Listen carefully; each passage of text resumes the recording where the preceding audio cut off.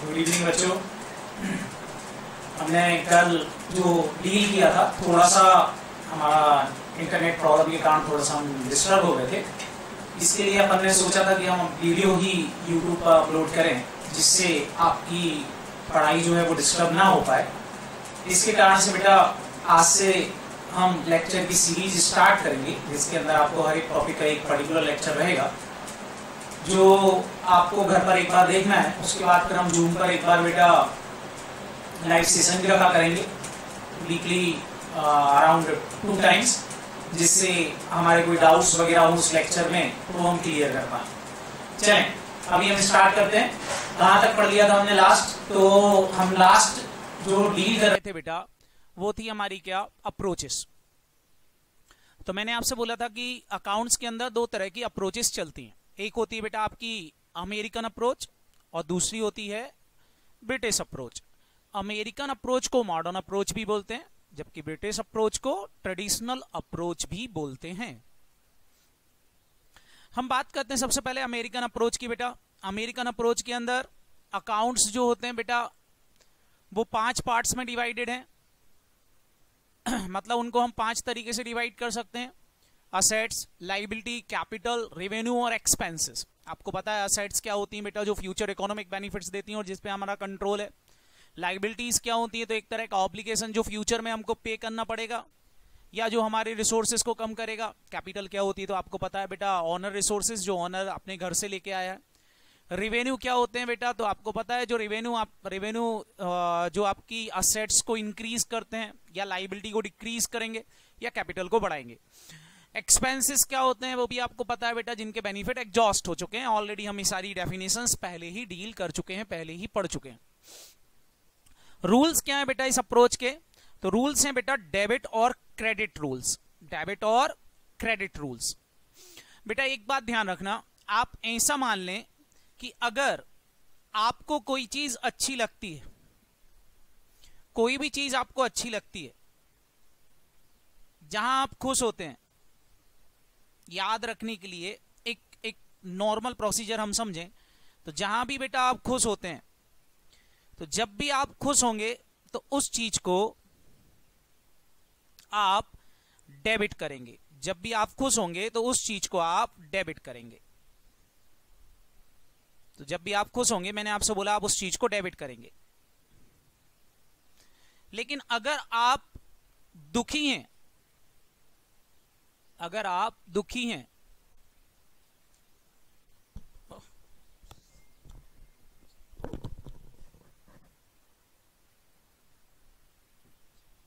तो मैंने आपसे बोला कि जब भी आप क्या होंगे बेटा, दुखी होंगे, तो आप उसको क्या करेंगे, क्रेडिट। तो ऐसा हम मान सकते हैं, जब भी हमको कोई चीज अच्छी लगती है तो हम उसको डेबिट कर देते हैं, जब हमको कोई चीज बुरी लगती है तो हम उसको क्रेडिट कर देते हैं। हम इस तरीके से मॉडर्न अप्रोच के रूल्स को हम याद रख सकते हैं। जैसे हमारे पास असेट्स आई, मतलब असेट्स इंक्रीज हुई, असेट इंक्रीज हुई, जैसे आपको मोबाइल मिला, कार मिली, तो आप खुश हो गए बेटा, इसलिए हम उसको क्या कर देंगे, डेबिट। लेकिन असेट कम हो गई, आपका मोबाइल चला गया, आपकी कार चली गई, मतलब आपको दुख होगा, क्या कर देंगे, उसको क्रेडिट कर देंगे। लाइबिलिटी आई, मतलब लाइबिलिटी इंक्रीज हुई, बेटा पैसा किसी को फ्यूचर में चुकाना पड़ेगा, आपको अच्छा लगेगा बुरा लगेगा, ओब्वियसली आपको बुरा लगेगा, क्या कर देंगे, उसको क्रेडिट। लाइबिलिटी कम हो गई, सामने वाला बोलता है चलो आपको पैसा देने की जरूरत नहीं है, कोई बात नहीं, जाओ माफ किया, तुम भी क्या याद रखोगे, तो बेटा लाइबिलिटी कम हो गई, हम खुश होंगे, डेबिट करेंगे। इक्विटी और लाइबिलिटी एक ही चीज होती है, हमने पढ़ा था बेटा। कैपिटल इंक्रीज हुई, तो बिजनेस एंटिटी कंसेप्ट के अंदर हमको पता है बेटा, बिजनेस और owner both are separate entity. तो बिजनेस को बेटा ओनर का पैसा चुकाना पड़ेगा, यदि कैपिटल बढ़ रही है तो बिजनेस को ओनर का पैसा चुकाना पड़ेगा, तो it is a liability increase. तो फिर आपको क्या करना पड़ेगा बेटा, बुरा लगेगा, क्रेडिट करेंगे बिजनेस को। इक्विटी डिक्रीज हो गई, इक्विटी डिक्रीज हो गई मतलब बिजनेस की लाइबिलिटी कम हो गई, क्या करेंगे, फटाफट बोलो, उसको डेबिट कर देंगे।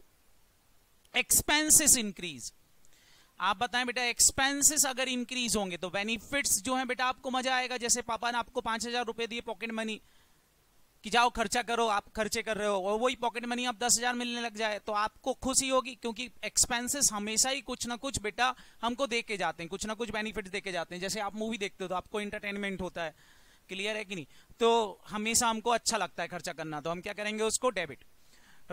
लेकिन एक्सपेंसेस डिक्रीज हो जाएं, एक्सपेंसेस डिक्रीज हो जाएंगे तो बेटा आप उसको क्रेडिट करोगे। सेम रेवेन्यू के अंदर बेटा आप आपका रेवेन्यू अगर इंक्रीज हो रहा है तो काम ज्यादा करना पड़ेगा, और काम ज्यादा करोगे तो बेटा आपको बुरा लगेगा, क्या कर देंगे उसको क्रेडिट। लेकिन रेवेन्यू डिक्रीज हो रहा है, मतलब कोई बोल दे आपको बस काम नहीं करना है, बढ़िया आराम से बैठो सैलरी मिलेगी, तो क्या आपको अच्छा लगेगा, तो क्या कर देंगे उसको डेबिट। इस तरीके से बेटा हम डेबिट क्रेडिट रूल्स अब मॉडर्न अप्रोच को समझ सकते हैं। तो क्लियर रहे बेटा डेबिट और क्रेडिट रूल्स। आज के बाद हम अगर डेबिट क्रेडिट रूल को समझें तो जब जब बेटा हमारी असेट्स बढ़ेंगे, एक्सपेंसेस बढ़ेंगे, जब जब हमारी असेट्स बढ़ेगी, एक्सपेंसेस बढ़ेगी, तो हम उसको क्या करेंगे डेबिट। असेट्स और एक्सपेंसेस कम होंगे तो हम उसको क्या कर देंगे क्रेडिट। लाइबिलिटी, इनकम और कैपिटल बढ़ेगी तो हम उसको क्रेडिट करेंगे। लाइबिलिटी, इनकम और कैपिटल डिक्रीज होगी तो हम उसको क्या कर देंगे बेटा डेबिट कर देंगे। तो ये हमारे लिए रूल्स हो गए, रूल्स ऑफ डेबिट और क्रेडिट, जो आपको इजीली आना चाहिए। हम प्रॉपरली इसको चूंकि समझ चुके हैं, डेबिट और क्रेडिट रूल्स हमने बहुत पहले भी पढ़े हुए हैं बेटा। आपको एमसीक्यूज में कोई अकाउंटिंग या जनरल एंट्री करने बहुत कम चांसेस होते हैं। आपको बेटा जो अकाउंट के अंदर बेटा यहां पर समझना है वो है केवल रूल्स, क्योंकि वो पूछेंगे असेट इंक्रीज क्या होगा, डेबिट होगा, क्रेडिट होगा, तो आपको ये पता होना चाहिए। तो मैंने आपसे बोला कि जब भी आप खुश हो तो उस चीज को डेबिट कर देना, जब भी आप दुखी हो तो उस चीज को क्रेडिट कर देना। जरा मैं इस चीज को और एलोबरेट करता हूं, थोड़ा सा और आपको बताता हूं ताकि और हमको क्लियरिटी मिले। जैसे फॉर एग्जाम्पल मैं आपसे बोल रहा हूं कि मान लो बेटा आप कोई सर्विसेज देते हो। जैसे फॉर एग्जाम्पल मैं टीचर हूं, आपको पढ़ा रहा हूं, तो मैं आपको सर्विसेज दूंगा तो मेरे बेटा को काम करना पड़ रहा है इसके बदले में, मतलब मैं अपनी लाइफ के कुछ टाइम आपके लिए सेक्रीफाई कर रहा हूं, तो ये मेरे को अच्छा थोड़े ना लगेगा। तो क्या करेंगे, मेरी सर्विसेज को मैं क्रेडिट करूंगा और बदले में मेरे को आप फीस दोगे तो उसको मैं डेबिट करूंगा, क्योंकि पैसा मेरे को अच्छा लगेगा। लेकिन मैंने अपनी जो सर्विसेज दी वो चीज आप देखो बेटा, सर्विसेज दी तो मेरे को काम करना पड़ा, तो काम करना मेरे को अच्छा नहीं लगा, तो मैं उसको क्या कर रहा हूं क्रेडिट कर रहा हूं। तो इनकम को आप इस तरह से समझ सकते हो कि इनकम को क्रेडिट क्यों करते हैं, क्योंकि इनकम तब होती है जब हम कोई सर्विसेज देते हैं या हम कोई चीज सेक्रीफाई करते हैं, गुड्स देते हैं या कोई भी चीज देते हैं। तो जब भी हम कोई चीज सेक्रीफाई करते हैं बेटा तो उस चीज को हमको दुख होता है तो हम क्या करेंगे उसको क्रेडिट करेंगे, लेकिन उसके बदले में जो मनी आई वो तो हमारे लिए अच्छा है तो हम उसको क्या कर देंगे डेबिट कर देंगे। आई होप आपको ये भी क्लियर हुआ होगा। इसके अलावा बेटा असेट का इंक्रीज डिक्रीज भी हम समझ सकते हैं। अगर हम असेट्स का इंक्रीज डिक्रीज देखें और लाइबिलिटी का इंक्रीज डिक्रीज देखें तो सबसे पहले असेट्स का देख लेते हैं। फॉर एग्जांपल मैंने कोई असेट खरीदी तो बेटा असेट आई अच्छा लगा, लेकिन पैसा गया बुरा लगा, क्या कर देंगे उसको क्रेडिट कर देंगे। तो एक असेट इंक्रीज हुई, दूसरी असेट डिक्रीज हुई। जो असेट इंक्रीज हुई वो अच्छी बात है, जो असेट डिक्रीज हो रही है उसको मैं क्रेडिट कर रहा हूं। तो असेट इंक्रीज डिक्रीज भी डेबिट क्रेडिट क्लियर होगा आपको। क्लियर। उल्टा भी हो सकता है कि आप गुड्स सोल्ड कर रहे हो, आप गुड्स सोल्ड करोगे तो बेटा कुछ असेट जाएगी, कुछ पैसा आएगा, जो आ रहा है उसको डेबिट करेंगे, जो जा रहा है उसको क्रेडिट करेंगे, क्योंकि हमको गुड्स को सैक्रिफाई करना पड़ रहा है। लाइबिलिटी को समझ सकते हैं, जैसे फॉर एग्जांपल मैंने गुड्स उधारी में खरीदे, तो आप बताओ बेटा जब मैं उधारी में गुड्स खरीदूंगा तो गुड्स को तो मैं क्रेडिट करूंगा, no doubt goods is credit, तो मैंने गुड्स को क्रेडिट कर दिया। बदले में पैसा नहीं दिया मैंने बोला पैसा मैं बाद में दूंगा, 3 महीने बाद दूंगा, मतलब मैंने क्रेडिट गुड्स परचेज किए। तो अब गुड्स को तो मैंने डेबिट कर दिया क्योंकि गुड्स मेरे पास है, अच्छा लगा, लेकिन अभी पैसा गया नहीं। पैसा कब जाएगा, फ्यूचर में। फ्यूचर में पैसा जाने को बोलते हैं बेटा लाइबिलिटी का आना या लाइबिलिटी का इन होना। मतलब अगर आपके पास कोई चीज इन हुई है लेकिन आउट नहीं हुई है तो ये इस बात का प्रूफ होता है कि लाइबिलिटी आपके बिजनेस में आ रही है। और जब भी लाइबिलिटी आपके बिजनेस में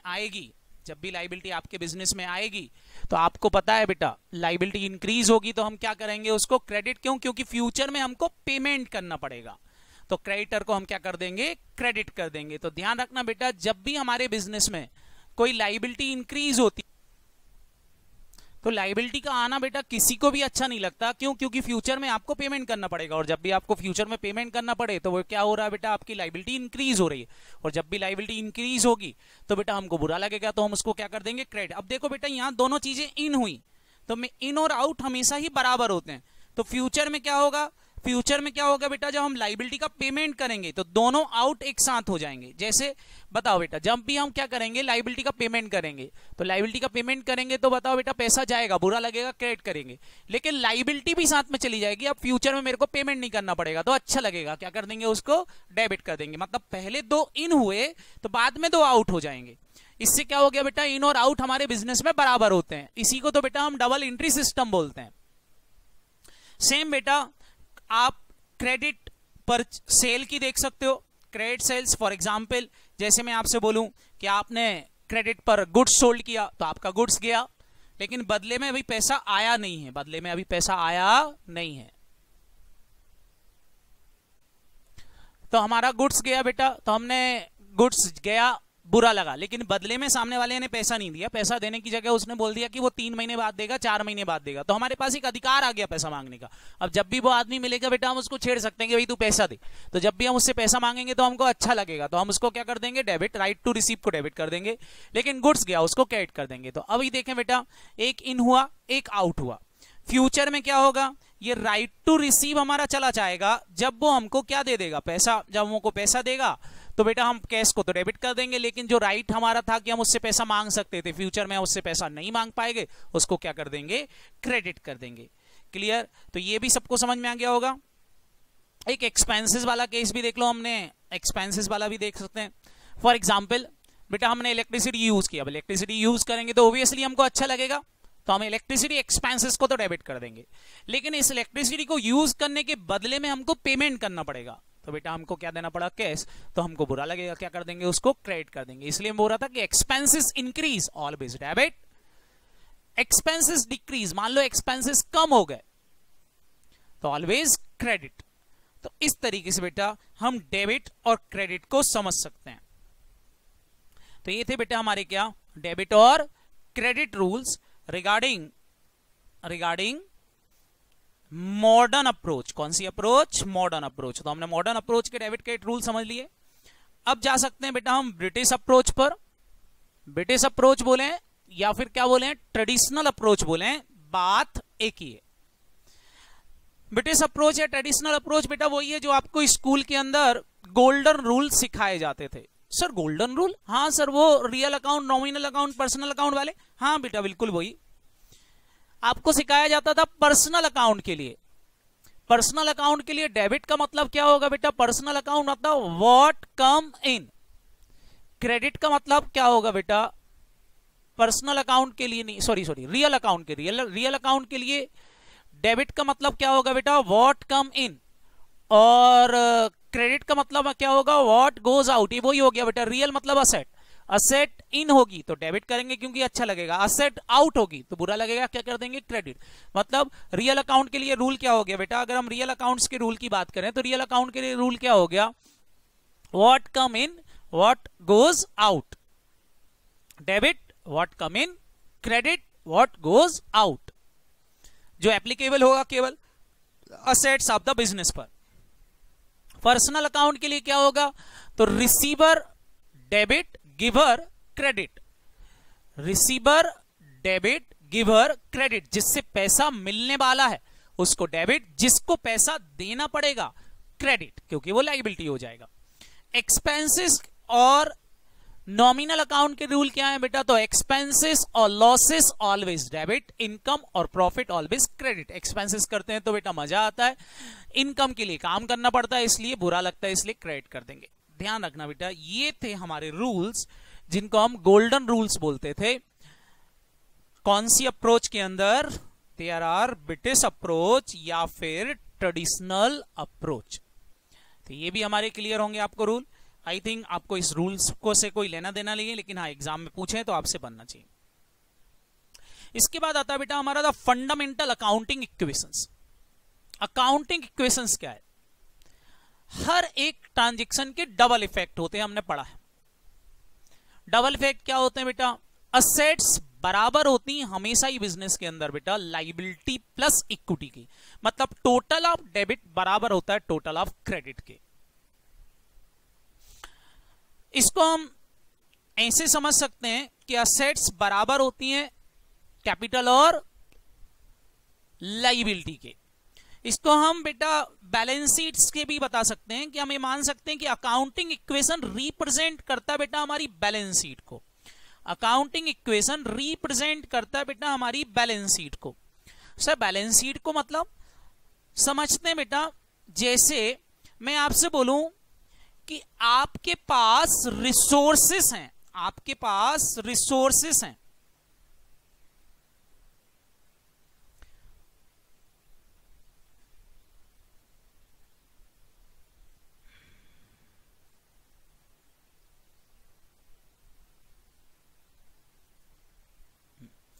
आपके पास रिसोर्सेस हैं, बिल्डिंग है, कार है, फैक्ट्री है, फर्नीचर है, लैपटॉप है, इलेक्ट्रिकल इक्विपमेंट है, कैश एंड बैंक बैलेंस पड़ा है, टोटल मिला के ढेर सारे रिसोर्सेस हैं।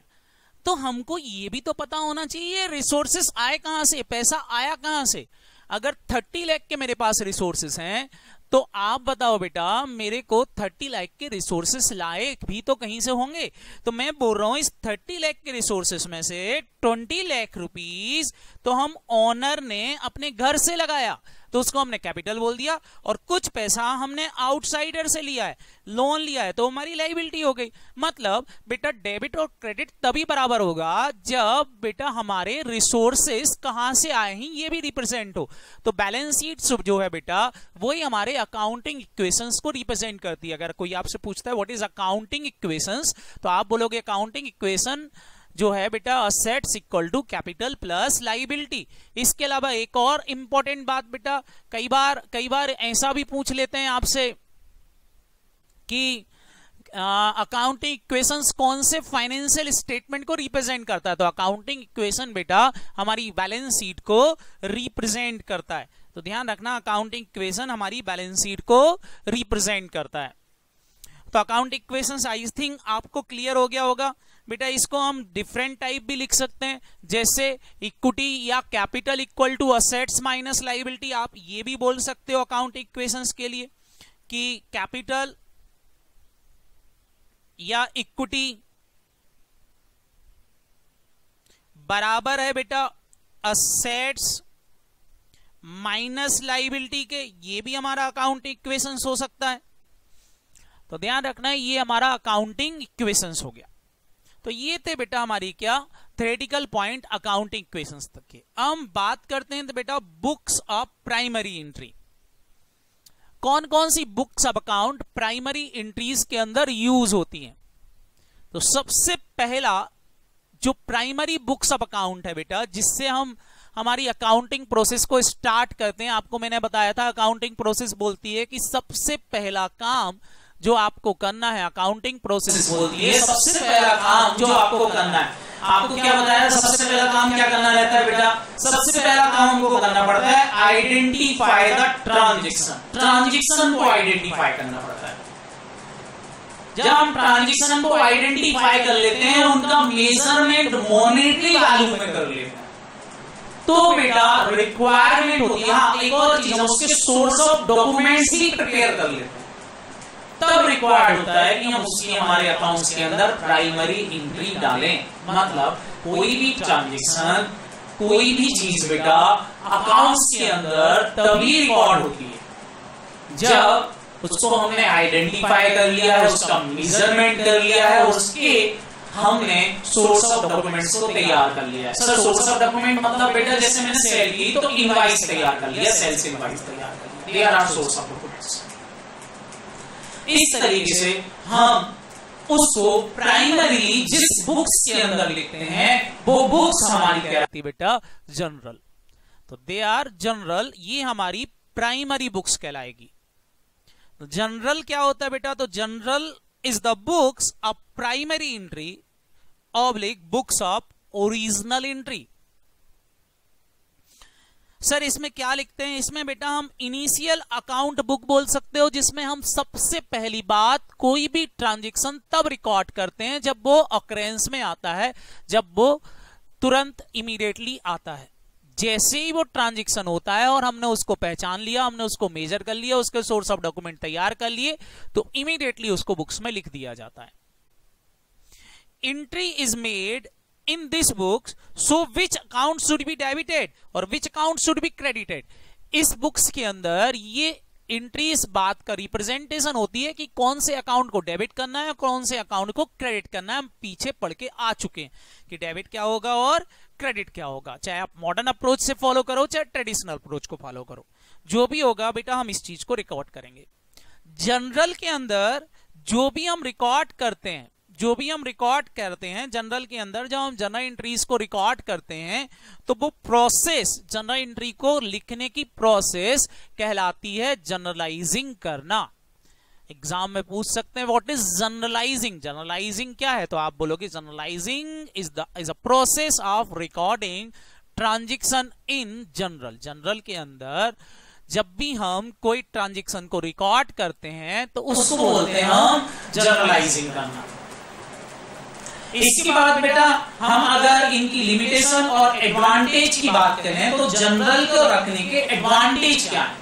बेटा जनरल को रखने के एडवांटेज क्या है, तो एडवांटेज ऑफ जनरल में हमारा सबसे पहला इंपॉर्टेंट पॉइंट आता है बेटा क्रोनोलॉजिकल ऑर्डर। जनरल एक क्रोनोलॉजिकल ऑर्डर में होता है। क्रोनोलॉजिकल ऑर्डर का मतलब होता है सीक्वेंस में, date by days, time to time, मतलब जो ट्रांजैक्शन पहले हुआ वो ट्रांजैक्शन पहले रिकॉर्ड होगा, जो ट्रांजैक्शन बाद में होगा वो ट्रांजैक्शन बाद में रिकॉर्ड होगा। इसको हम बोलते हैं बेटा general recorded chronological order. Explain of transaction, जो भी ट्रांजैक्शन हम इसके अंदर लिखते हैं थ्रू नरेशन, उसका हम क्या करते हैं बेटा एक्सप्लेनेशन देते हैं। नरेशन आपको पता है बेटा जनरल के नीचे हम इंफॉर्मेशन देते हैं कि आपने क्या किया, be goods sold, be goods purchase वगैरह वगैरह। क्लियर है कि नहीं, तो इसको हम क्या बोलते हैं, फटाफट बोलो, explanation of transaction. Recording of both aspect, इसके अंदर डेबिट और क्रेडिट एक साथ रिप्रेजेंट हो जाता है, इसलिए बेटा हमको अलग अलग अकाउंट में अलग अलग बुक्स को देखने की जरूरत नहीं होती। जबकि लेजर के अंदर बेटा हमको अलग अलग लेजर में जाना पड़ेगा। जैसे हमने सेल की आपको बताया, क्रेडिट सेल की तो बेटा डेटा लेजर भी देखना पड़ेगा, जनरल लेजर भी देखना पड़ेगा। जबकि यहाँ पर क्या है बेटा, हम रिकॉर्डिंग जब भी करते हैं तो हमको डेबिट एस्पेक्ट और क्रेडिट एस्पेक्ट दोनों ही एक साथ दिखाई देते हैं। तो एडवांटेज ऑफ जनरल ये हो गया। अगर कोई आपसे बोलता है भाई लिमिटेशन ऑफ जनरल, जनरल की लिमिटेशन क्या है, तो एक तो बेटा टाइम एंड कॉस्ट कंज्यूमिंग है। इसकी मदद से अगर हमको कोई एनालिसिस करना है, कोई चीज फाइंड आउट करना है, तो it is very very difficult. Difficult क्या है बेटा, ढूंढना पड़ेगा टाइम किस टाइम पे हुआ था, याद रखना पड़ेगा। फिर बेटा बहुत सारे, चूंकि जनरल जो होता है बल्कि और वॉल्यूमिनस होता है बेटा, बहुत सारा वॉल्यूम होता है, तो उसमें कोई चीज को फाइंड आउट करना वो डिफिकल्ट बेटर हो जाता है। इंटरनल चेक नहीं लग पाते क्योंकि बेटा डेबिट क्रेडिट एक जगह ही रिकॉर्ड हो जाती है। ये इसके क्या है बेटा, कोई प्रॉम्प्ट इंफॉर्मेशन हमको नहीं मिल पाती। ये इसके क्या हमारी लिमिटेशंस है। लिमिटेशंस कम है बेटा, लेकिन एडवांटेज इससे कई ज्यादा है। इसलिए बेटा जनरल को हर एक कंपनी मैनेज करती है। अगर हम जनरल का फॉर्मेट देखें तो बेटा जनरल के फॉर्मेट को आप प्रॉपर्ली देखें तो जनरल के फॉर्मेट में सबसे पहले क्या आती है बेटा, आपको पता है जनरल के फॉर्मेट में सबसे पहले हम क्या प्रेजेंट करते हैं बेटा, डेट, फिर पर्टिकुलर के अंदर बेटा हम जनरल एंट्री लिखते हैं और उसका नरेशन लिखते हैं कि डेबिट किसको किया, क्रेडिट किसको किया, साथ में उसका नरेशन की कौन सा ट्रांजैक्शन हुआ उसकी इंफॉर्मेशन। फिर आता है बेटा वाउचर नंबर, फिर आता है लेजर फोलियो, फिर आता है डेबिट अमाउंट और क्रेडिट अमाउंट। आप चाहो तो वाउचर नंबर छोड़ सकते हो, voucher number is optional. Clear है कि नहीं। तो बेसिकली यदि देखा जाए कि जनरल में कितने कॉलम होते हैं, तो आप बोलोगे, कोई बोलता है तो मिनिमम कॉलम हमको बोलना है, तो चूंकि हम वाउचर नंबर छोड़ सकते हैं तो हम बोल सकते हैं जनरल में 5 कॉलम होते हैं, 5 कॉलम होते हैं, date, particular, ledger folio, debit amount और क्रेडिट अमाउंट। तो ये थे बेटा हमारे जनरल के। इसके बाद आता है बेटा एनालिसिस ऑफ जनरल। जनरल को हम अगर एनालाइज करें तो जनरल के एनालिसिस में हम देख सकते हैं तो बेटा एनालिटिकल फंक्शन। जनरल क्या है बेटा, डेबिट एस्पेक्ट और क्रेडिट एस्पेक्ट दोनों को ही एनालाइज करके रिप्रेजेंट करता है। इसकी मदद से बेटा सारे ट्रांजैक्शंस को हम रिकॉर्ड कर सकते हैं। हिस्टोरिकल फंक्शंस को ही ये रिकॉर्ड करता है क्रोनोलॉजिकल ऑर्डर में, ये भी बात हम डील कर चुके हैं बेटा। इसके अलावा जनरल जो होता है बेटा वो 2 तरह के होते हैं। जनरल को हम 2 तरह से रख सकते हैं। सब डिवीजन ऑफ जनरल की बात करें तो बेटा जनरल को हम 2 तरह से डिवाइड कर सकते हैं। एक होता है बेटा स्पेशल जनरल और दूसरा होता है जनरल।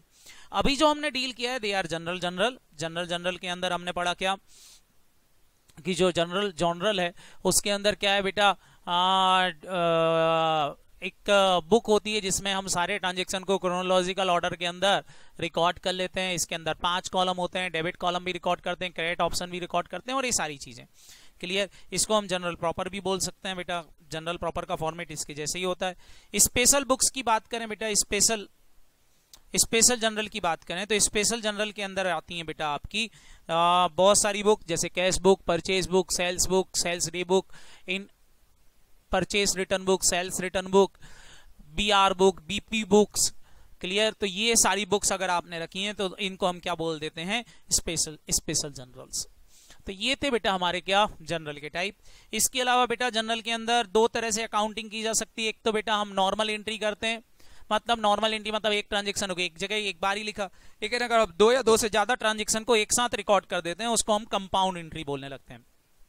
जैसे मैंने ऑफिस फर्नीचर परचेज किया, कुछ कैश में कुछ क्रेडिट में, तो मैंने जो कुछ कैश में परचेज किया तो मैं एंट्री ऐसा डाल सकता था office furniture account debit to cash, और जो क्रेडिट में खरीदा उसको एंट्री लिख सकता था office furniture account debit to account payable.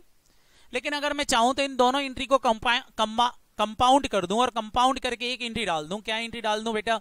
Office furniture account debit to cash to account payable. तो ये एंट्री कौन सी एंट्री कहलाती? कंपाउंड एंट्री कहलाएगी। तो इस तरीके से बेटा हम कंपाउंड एंट्री भी कर सकते हैं। तो ये था बेटा हमारा क्या जनरल से रिलेटेड बातें। अब हम जनरल की जरा दूसरी बुक्स पढ़ते हैं बेटा, स्पेशल जनरल को पढ़ते हैं। स्पेशल जनरल को हम बेटा सब्सिडरी बुक्स भी बोलते हैं। स्पेशल जनरल को हम बोल सकते हैं सब्सिडरी बुक्स। सब्सिडरी बुक्स के अंदर कौन कौन सी चीजें आती हैं बेटा?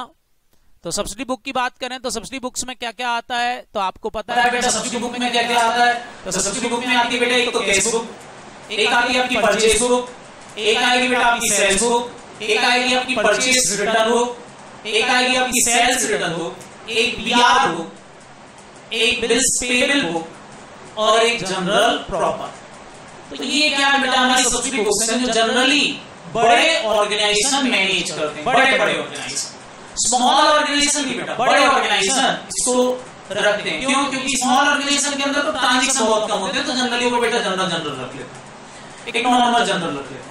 लेकिन अगर मैं बात करूं बेटा एक बड़े ऑर्गेनाइजेशन की जहां पर क्रेडिट ट्रांजेक्शन ज्यादा होते हैं, कैश ट्रांजेक्शन भी बहुत ज्यादा होते हैं, तो वो ऑर्गेनाइजेशन जानना चाहता है कि भाई कितने क्रेडिट ट्रांजेक्शन हो रहे हैं, कितने कैश ट्रांजेक्शन हो रहे हैं, सबको अलग अलग किया जाए। इसलिए बेटा फिर वो सब्सिडी बुक्स को मैनेज करते हैं। तो ये हमारी सब्सिडी बुक्स हो गई बेटा, सब्सिडी बुक को मैनेज करेंगे। सब्सिडी बुक के अंदर प्राइमरी बुक जो हमारी आती है बेटा वो जैसे है कैश बुक। कैश बुक जो है अपने आप में बेटा एक लेजर का भी काम करती है। कैश बुक अपने आप में एक लेजर का भी काम करती है। क्योंकि कैश बुक बेटा लेजर का भी काम करती है इसलिए कैश बुक को प्राइमरी बुक्स भी बोलते हैं और सेकेंडरी बुक्स भी बोलते हैं। मतलब ये जनरल भी है और लेजर भी है क्योंकि इसका फॉर्मेट लेजर के जैसा है। लेकिन चूंकि इसमें ट्रांजेक्शन पहले रिकॉर्ड करते हैं कैश ट्रांजेक्शन, इसलिए इसको प्राइमरी बुक्स भी बोला जाता है। जैसे कैश ट्रांजेक्शन होगा हम कैश बुक में लिख लेते हैं, इसलिए इसको प्राइमरी बुक्स। तो ये था बेटा हमारा क्या सब्सिडी बुक से रिलेटेड पॉइंट। अगर हम बात करें कि कौन सा ट्रांजेक्शन कौन सी सब्सिडी बुक्स में लिखा जाता है तो उसको हम ऐसे समझ सकते हैं, कैश और बैंक ट्रांजेक्शन, कैश और bank transaction recorded in cash book, recorded in cash book. Credit purchase of goods, जो भी गुड्स की क्रेडिट परचेस होगी they are recorded in purchase day book या purchase register. Credit sales of goods record होती है बेटा sales day book के अंदर या सेल्स लेजर के अंदर। ऑल परचेस रिटर्न, अगर आपने परचेस रिटर्न की है, गुड्स वापस लौटाया है, तो they recorded in purchase return book या रिटर्न आउटवर्ड बुक। अगर सेल्स रिटर्न हुई है, मतलब आपने सेल किया था, कस्टमर आपका गुड्स आपको वापस लौटा गया, बोले रखो अपना घटिया गुड्स हमको नहीं चाहिए, तो ये रिकॉर्ड होगा बेटा आपकी सेल्स रिटर्न बुक में या रिटर्न इनवर्ट बुक के अंदर। बिल रिसीवेबल, आपने किसी के लिए बिल रिसीवेबल मतलब बेटा आपने कहीं पर कोई गुड्स सोल्ड किया था और आपने बिल बनाया और उस सामने वाले ने एक्सेप्ट कर लिया है, जो फ्यूचर में आपको रिसीव होगा, जिसके बदले में फ्यूचर में आपको मनी मिलेगी, तो इसको हम क्या रिकॉर्ड करेंगे? बिल रिसीवेबल बुक्स में। उल्टा हो जाए, आपने किसी से गुड्स खरीदा था, सामने वाले ने बिल बनाया और आपने उसका बिल एक्सेप्ट कर लिया, तो फिर बेटा आपको फ्यूचर में देना पड़ेगा, तो वो कहां रिकॉर्ड होगा? बिल्स पेबल बुक्स में। इसके अलावा जो भी ट्रांजैक्शन बच गए, like purchase and sale of fix asset on credit, adjustment entries, closing entry, rectification entry, opening entry, ये सारी एंट्रियां जनरल प्रॉपर में रिकॉर्ड होती हैं। तो ये था बेटा हमारा वो ट्रांजैक्शन जो हम कहां इनको रिकॉर्ड करेंगे। तो ये तो बेटा हो गई हमारी सब्सिडी बुक से रिलेटेड बातें। अब एक एक बुक्स को हम डील कर लेते हैं। सबसे पहले हम जो डील कर रहे हैं बेटा वो है हमारी cash book. What is cash book? Cash book क्या होती? तो मैं आपको पहले ही बोल चुका हूं बेटा, कैश बुक एक प्राइमरी बुक्स भी है और सेकेंडरी बुक्स भी है, जिसके अंदर कैश और बैंक ट्रांजैक्शन को रिकॉर्ड किया जाता है। मतलब इसके डेबिट में बेटा हम रिकॉर्ड करते हैं कैश रिसीव्ड, क्योंकि हमको अच्छा लगता है जब पैसा आता है। क्रेडिट में रिकॉर्ड करते हैं कैश पेमेंट, क्योंकि हमको बुरा लगता है जब पैसा जाता है। टाइप्स ऑफ कैश बुक को अगर आप ध्यान से देखो तो कई तरह से कैश बुक ऑर्गेनाइजेशन बनाते हैं। सिंगल कॉलम कैश बुक बनाते हैं, डबल कॉलम कैश बुक बनाते हैं, ट्रिपल कॉलम कैश बुक बनाते हैं, मल्टी कॉलम कैश बुक होती है, एक पेटी कैश बुक होती है। अगर हम बेटा सबसे पहले कैश बुक के फीचर्स की बात करें कि फीचर ऑफ कैश बुक क्या है, तो बेटा फीचर ऑफ कैश बुक को अगर आप ध्यान से देखो तो फीचर ऑफ कैश बुक में सबसे इंपॉर्टेंट बात तो ये हो गई कि कैश बुक जो होती है बेटा वो जनरल का काम भी करती है और लेजर का भी काम करती है। ये सब्स्टिट्यूट होती है बेटा कैश अकाउंट का। मतलब अगर आपने कैश बुक रख ली है तो आपको लेजर में कैश अकाउंट बनाने की जरूरत नहीं है। डबल एंट्री सिस्टम पर रिकॉर्डिंग होती है बेटा। इसके अंदर टू इंसिडेंटल साइट्स होती हैं बेटा, दो इंसिडेंटल साइट्स होती हैं। ऑलवेज बराबर होता है बेटा डेबिट बैलेंस हमेशा ही बेटा, अगर आपका कैश अकाउंट से बैंक नहीं है तो हमेशा ही आपका बैलेंस डेबिट होगा, लेकिन बैंक है तो बेटा क्रेडिट भी हो सकता है, क्योंकि आपको पता है क्योंकि बैंक ओवरड्राफ्ट हो जाता है। डेट बाय डेज एंट्री होती है, वेरीफाइबल होती है, हम इसके सोर्स ऑफ डॉक्यूमेंट से वेरीफाई कर सकते हैं। ये सब क्या है बेटा इसके फीचर्स ऑफ कैश बुक है। अगर हम एक एक टाइप्स को पढ़ें तो सबसे पहले हम अगर डील करते हैं बेटा हमारी कैश बुक की, तो हम क्या देखेंगे, सिंपल कैश बुक, जिसको हम बोलते हैं सिंगल कॉलम कैश बुक। अगर बेटा हम सिंगल कॉलम कैश बुक की बात करें तो सिंगल कॉलम कैश बुक के अंदर बेटा हमारे अमाउंट का एक ही कॉलम होता है, जिसमें हम कैश रिसीव्ड और कैश पेमेंट को रिकॉर्ड करते हैं। बैंक ट्रांजेक्शन यहां रिकॉर्ड नहीं होते। वहीं बेटा अगर हम डबल कॉलम कैश बुक की बात करें तो डबल कॉलम आपका हो सकता है कैश और डिस्काउंट हो सकता है, कैश और बैंक हो सकता है, बैंक और डिस्काउंट कॉलम हो सकता है। तो तीन तरीके से बेटा आपकी double column cash book prepare की जा सकती है। इसमें अमाउंट के दो कॉलम होते हैं। इन जनरल बेटा डबल कॉलम कैश बुक का मतलब कैश और डिस्काउंट कॉलम होता है, लेकिन कई ऑर्गेनाइजेशन कैश और बैंक कॉलम बना लेते हैं, कई ऑर्गेनाइजेशन बैंक और डिस्काउंट कॉलम भी बना लेते हैं। जो ऑर्गेनाइजेशन में कैश ट्रांजेक्शन होते ही नहीं, सारे ट्रांजेक्शन बैंक से ही होते हैं, तो फिर वो बैंक और डिस्काउंट कॉलम बना लेते हैं। तो ये भी एक डबल कॉलम कैश बुक होती है। एक होती है triple column cash book. Triple column cash book के अंदर बेटा कैश भी आ जाएगा, बैंक भी आ जाएगा और डिस्काउंट भी आ जाएगा। क्लियर? तो एक और इंपॉर्टेंट बात बेटा ध्यान रखना, डिस्काउंट वाला जो कॉलम होता है, डिस्काउंट वाले कॉलम की बैलेंसिंग नहीं होती, मतलब बैलेंस सीडी वगैरह नहीं निकाले जाते, क्योंकि एक साइड होता है बेटा डिस्काउंट अलाउड, दूसरा रिप्रेजेंट करता है डिस्काउंट रिसीव को। तो डिस्काउंट अलाउड, डिस्काउंट रिसीव के बैलेंस ट्रांसफर हो जाते हैं बेटा डिस्काउंट अकाउंट के अंदर लेजर में।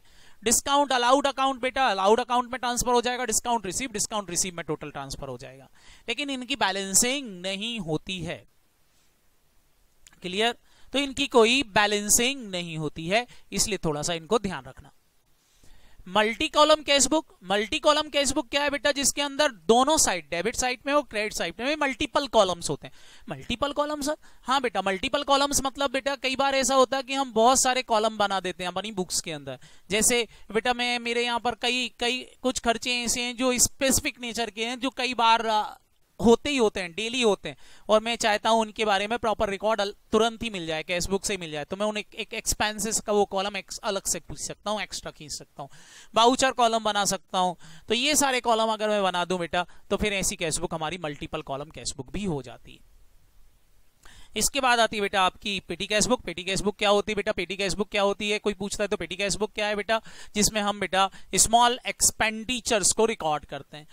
बेसिक ऑब्जेक्ट क्या होता है बेटा पेटी कैश बुक का, तो पेटी कैश बुक का बेसिक ऑब्जेक्ट होता है बेटा स्मॉल एक्सपेंडिचर पर कंट्रोल करना। जैसे आपसे बोलूं भाई चाय का खर्चा, टी का एक्सपेंसेस, चाय का एक्सपेंसेस, तो आप बोलोगे सर बहुत छोटा खर्चा है, 5 रुपए के हिसाब से एक चाय आती है, तो कौन सा बड़ा खर्चा है? जैसे मैं आपसे बोलूं चलो 5 रुपए की एक चाय आती है, आपके हिसाब से कैश एक्सपेंसेस 5 रुपए की चाय एक स्मॉल एक्सपेंडिचर है। तो नाटा सर ने बोल दिया कि भाई जितना भी स्टाफ है, जितने भी टीचर है, वो सभी लोग चाय पी सकते हैं। तो बेटा क्या हुआ, हमारे एकेडमी के अंदर स्टाफ की बात करें तो बेटा स्टाफ हमारे यहाँ 30 का है। टीचर्स की बात करें तो बेटा लगभग इतने ही टीचर हैं। टोटल मिला के अगर हम देखें तो हमारे यहाँ टोटल मिला के 60 लोग हो गए। अब सोचो 60 लोग अगर एक दिन में जो है वो 4 या 5 चाय पी लें, क्योंकि फ्री है चाय, और एक चाय जो है बेटा 5 रुपए की आती है, तो आप जरा हिसाब लगाओ कि खर्चा कितना हो गया। 60 इंटू 5 आप करें बेटा, एक दिन का खर्चा हमारा 1500 रुपए हो गया। अगर 1 डे का खर्चा बेटा 1500 रुपए है, तो आप खुद सोचो हमारी नाटा एकेडमी 365 दिन खुली रहती है, मल्टीप्लाई बाय इसमें 365 कर दो, तो आपकी चाय का खर्चा ही बेटा 5,47,500 रुपए हो गया। मतलब साल के लास्ट में आपको पता चलेगा कि इतना सारा खर्चा हो गया। अगर आप चाहते हो इस पे कंट्रोल हो, तो आप एक छोटा कैशियर अपॉइंट कर दो जो आपको छोटे मोटे खर्चों का डेली हिसाब दे। अब सोचो आपने एक छोटा कैशियर अपॉइंट कर दिया, वो कैशियर आकर आपको बोलता है कि सर एक दिन में ही 1500 रुपए की चाय पी ली, तो आप फर्स्ट डे से ही उस पर कंट्रोल लगा दोगे। आप बोलोगे स्टाफ को चाय फ्री है लेकिन एक सिंगल चाय फ्री है, तो कंट्रोल लग गया। तो पेटी कैश बेसिकली बेटा कंट्रोल पॉइंट ऑफ व्यू से ऑर्गेनाइजेशन मेंटेन करते हैं। तो ये था बेटा हमारा क्या, कैश बुक से रिलेटेड पॉइंट्स। अगर आप कैश बुक के अंदर कुछ और इंपॉर्टेंट बातें, एक बात तो मैं बता ही चुका हूं बेटा, कैश बुक जो है वो बोथ है जनरल और लेजर दोनों ही है। एक और ट्रांजैक्शन रिकॉर्ड होता है बेटा कॉन्ट्रा ट्रांजैक्शन कैश बुक के अंदर। कॉन्ट्रा ट्रांजैक्शन कब रिकॉर्ड होता है बेटा, जब हम डबल कॉलम या ट्रिपल कॉलम कैश बुक में बैंक कॉलम और कैश कॉलम और डिस्काउंट कॉलम को यूज करते हैं। तो बेटा फिर हमारे कुछ ट्रांजैक्शन कॉन्ट्रा ट्रांजैक्शंस के रूप में भी रिकॉर्ड होते हैं। सर कॉन्ट्रा ट्रांजैक्शन लाइक जैसे फॉर एग्जांपल बेटा मैंने कैश बैंक में डिपॉजिट की, आप बताएं बेटा अगर मैंने कैश बैंक में डिपॉजिट की और हमारा ये ट्रिपल कॉलम कैश बुक है, तो आपको पता है बैंक में बेटा वहीं पर यहीं पर डेबिट भी हो जाएगा 50,000, क्योंकि आपने 50,000 रुपए मान लेते हैं कैश में जमा किया है, तो कैश में हमारे पास जमा हो गया 50,000। दूसरा बेटा वहीं कैश अकाउंट का बैलेंस कम भी होगा, कैश अकाउंट का बैलेंस कम भी होगा। आप लिखोगे यहां पर बाय बैंक, क्यों, क्योंकि पैसा बैंक में जमा कर दिया है, 50,000 कैश कॉलम में लिख दिया। अब यहां पर एक प्रॉब्लम आएगी बेटा, आपको प्रॉब्लम क्या आएगी आपको समझ में आ रहा होगा कि हम इसका लेजर फोलियो क्या रखें। अब लेजर फोलियो क्या रखें, क्योंकि डेबिट और क्रेडिट दोनों ही रिकॉर्ड हो गए। चूंकि बेटा इसका कोई लेजर में फोलियो नहीं होगा, क्यों, क्योंकि बेटा ना तो हम कैश अकाउंट मेंटेन करते हैं लेजर में और ना ही बैंक अकाउंट मेंटेन करेंगे। तो लेजर फोलियो के अंदर हम इसको लिख देते हैं कॉन्ट्रा। कॉन्ट्रा का मतलब होता है डेबिट में भी यही है और क्रेडिट में भी यही है, तो इसको बोलते हैं बेटा कॉन्ट्रा एंट्री। तो ये कॉन्ट्रा ट्रांजैक्शन भी हो सकता है बेटा। ट्रांजैक्शन विच डिस्काउंट और receive discount is cash after the settlement of dues and known as contra transaction, तो ये भी कॉन्ट्रा ट्रांजैक्शन हो सकता है।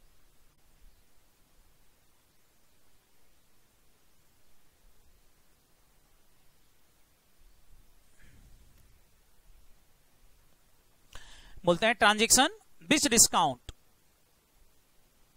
और रिसीव डिस्काउंट, मतलब आपने किसी को डिस्काउंट अलाउ किया, उसने आपको डिस्काउंट रिसीव कर दिया, ये भी एक कॉन्ट्रा ट्रांजैक्शन हो सकता है।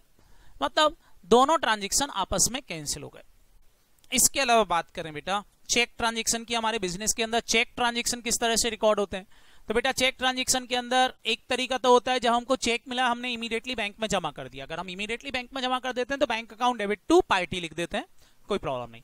लेकिन अगर हमको चेक मिला लेकिन हम अभी उसको डिपॉजिट नहीं करेंगे, बाद में डिपॉजिट करेंगे, फ्यूचर में डिपॉजिट करेंगे, अभी हमारे पास चेक रख लिया है, तो फिर हम बेटा या तो कैश अकाउंट के डेबिट कर सकते हैं या फिर हम चाहें तो चेक इन हैंड को भी डेबिट कर सकते हैं।